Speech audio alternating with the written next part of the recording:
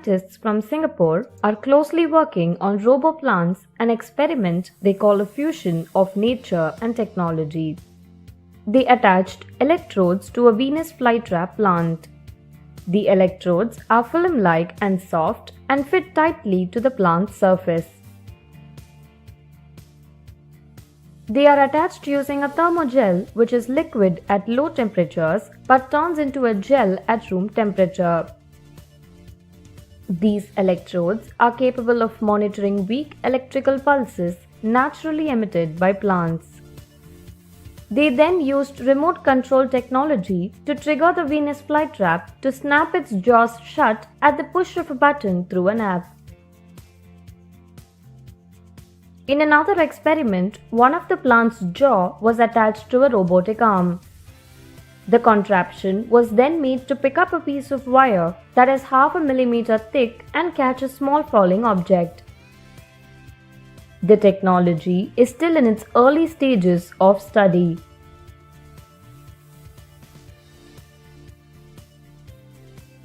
While scientists can stimulate the Venus flytrap's jaw to slam shut, they are yet to understand how to reopen them, a process that takes 10 or more hours to occur naturally.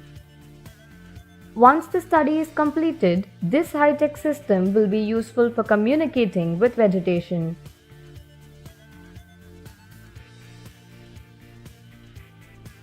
Plants can be controlled via a device and could tell farmers when they are hit by diseases.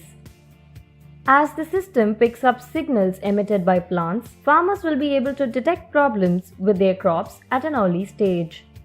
They may be able to find out when a disease is in progress even before full-blown symptoms appear on the crops.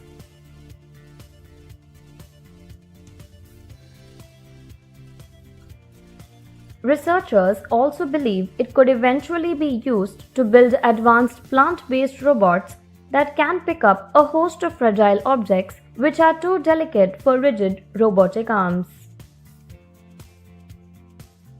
These signals will reflect the health status of the plants. So we hope to study the relationship of these signals and the environmental stresses, and hopefully this can instruct agriculture practice.